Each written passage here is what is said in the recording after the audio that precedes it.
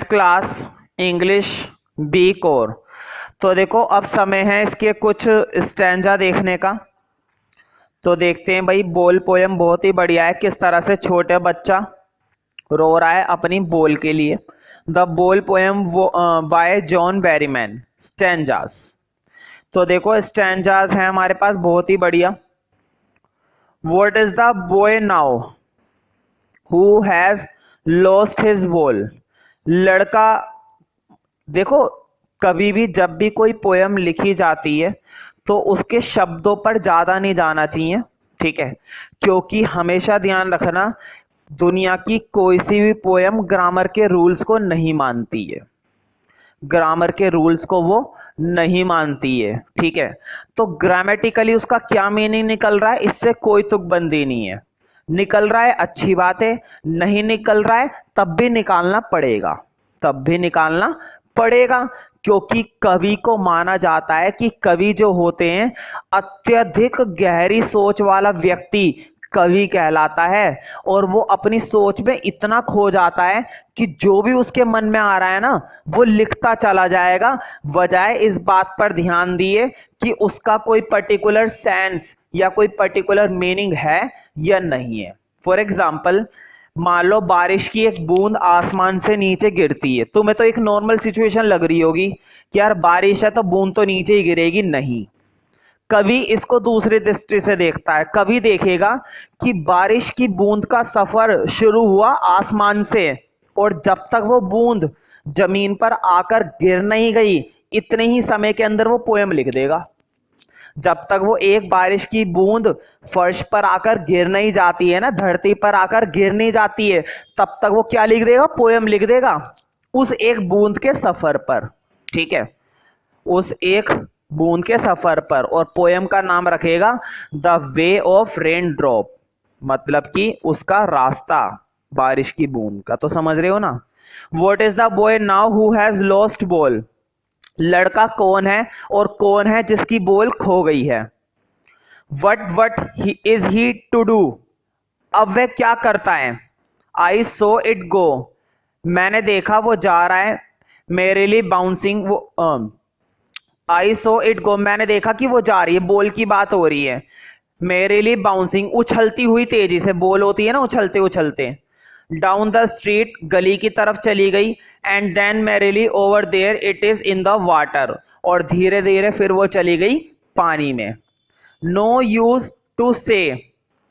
अब यहां पर कहने का कोई फायदा नहीं है oh there are other balls, कि दूसरी अन्य बॉल हैं। तुम भी जानते हो, एक बॉल खो गई दूसरी ले आओ, दूसरी खो गई तीसरी ले आओ। मैं भी जानता हूं, तुम भी जानते हो। लेकिन क्या वो बॉल ला सकते हो जो बॉल खो गई है। नहीं, वो बॉल नहीं ला सकते। क्या वो यादें ला सकते हो जो उस बॉल के साथ जुड़ी हुई थी। नहीं। क्या वो बचपन ला सकते हो जो उस बॉल के साथ बीता था। नहीं ला सकते, है ना। तो यहां पर कहने का कोई फायदा नहीं है कि दूसरी बॉल है, दूसरी तो बतेरी बॉल है, लेकिन क्या वैसी बॉल है, वैसी बॉल नहीं है बिल्कुल भी। The boy who has lost is in the state of. तो जो लड़का है जिसकी बॉल खोई है वो कैसे स्टेट में इस समय, मतलब उसकी स्थिति कैसी है। Shock and grief. शॉक का मतलब होता है चौंक जाना, क्योंकि वो अंदर से उसको झटका लगा है एकदम से कि यार मेरी तो बॉल खो गई। छोटे बच्चे होते हैं ना, वही दुख हो जाता है। और ग्रीफ का मतलब होता है दुख, पीड़ा। The ball went into water. तो जो बॉल थी वो पानी में जा रही थी कैसे, हैप्पीली बाउंसिंग। हैप्पीली का मतलब है, देखो बॉल को भी दिखाया गया है। पोएट ने हमें बॉल के बारे में भी बताया है कि बॉल किस तरह से खुशी खुशी में उछलते हुए पानी में जाकर गिर गई। What is the meaning of the last line. देखो लास्ट लाइन क्या थी, नो यूज टू से oh there are other balls. इसका मतलब है कि कोई क्या यहां पर है ना, अब कोई फायदा नहीं है बात कहने का कि दूसरी बोले हैं। क्यों, क्योंकि उस बच्चे को तो वो अपनी पहली बोल ही बहुत पसंद थी, फिर तुम उसे कितनी भी बोले दिलवा दो। The boy would not accept any other ball than his own. अब लड़का दूसरी कोई सी भी बोल एक्सेप्ट नहीं करेगा अपनी खुद की बोल के अलावा। क्यों?